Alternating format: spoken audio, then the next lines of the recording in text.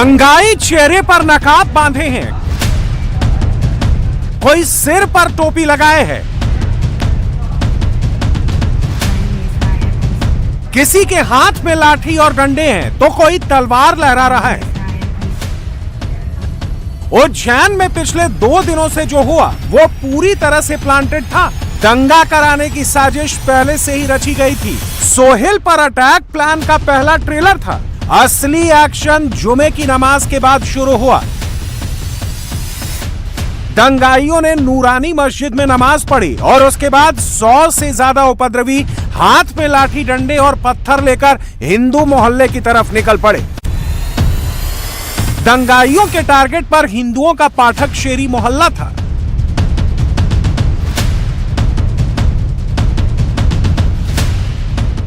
चेहरे को ढके हुए उपद्रवियों ने मंदिर को टारगेट किया। मंदिर की खिड़कियों के शीशे तोड़ डाले, घरों पर पत्थर बरसाए गए, घरों में आग लगा दी गई, बसें फूंक दी गई।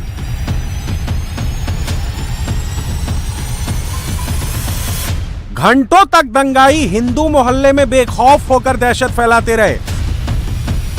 उज्जैन में दंगाइयों के आतंक की एक और तस्वीर देखिए। दंगाइयों का झुंड हिंदुओं के मोहल्ले में घुसा और पत्थरबाजी करने लगा। घरों पर ईंट पत्थरों से हमला कर दिया। लाठी डंडों और ईंट पत्थर के साथ आए दंगाई चुन चुन कर घरों को निशाना बना रहे थे। गली में घर के बाहर एक बाइक खड़ी थी। अचानक से एक नकाबपोश दंगाई आया और सीधे बाइक में तोड़फोड़ शुरू कर दी।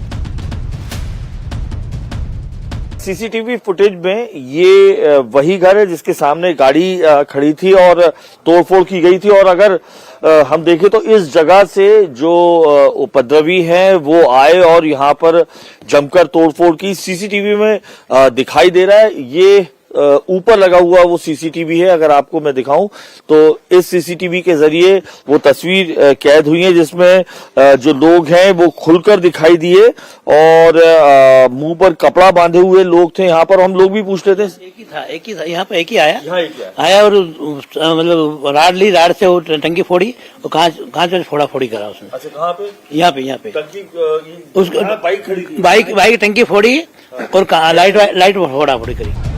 उज्जैन में दंगाइयों के सिर पर हिंसा का भूत सवार था। सड़कों के किनारे दुकानों के आसपास भी आगजनी की गई। जैसे तैसे लोगों ने आग बुझाई। एक बस को भी आग के हवाले कर दिया गया जिसका धुआं कई किलोमीटर दूर से दिख रहा था। दंगाइयों के आतंक में बस पूरी तरह से खाक हो गई। दंगाइयों ने एक बस में आग लगाई, 11 बसों में तोड़फोड़ की, 6 से ज्यादा घरों पर पत्थरबाजी की, 10 गाड़ियों को नुकसान पहुंचाया।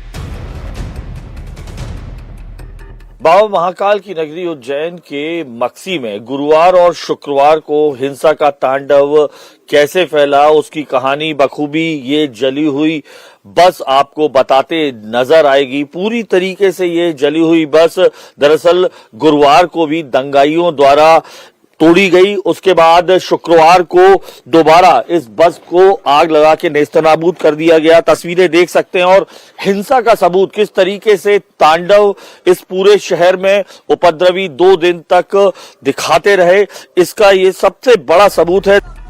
इस पूरे मामले की शुरुआत 22 जनवरी की रात को हुई जब बजरंग दल के नगर मंत्री सोहेल ठाकुर पर कुछ लोगों ने जानलेवा हमला किया। इस हमले में उनके सिर पर गंभीर चोटें आईं। आरोप है कि अगले दिन यानी शुक्रवार को दंगाइयों की भीड़ ने इकट्ठा होकर पूरे मोहल्ले के घरों को टारगेट कर दिया।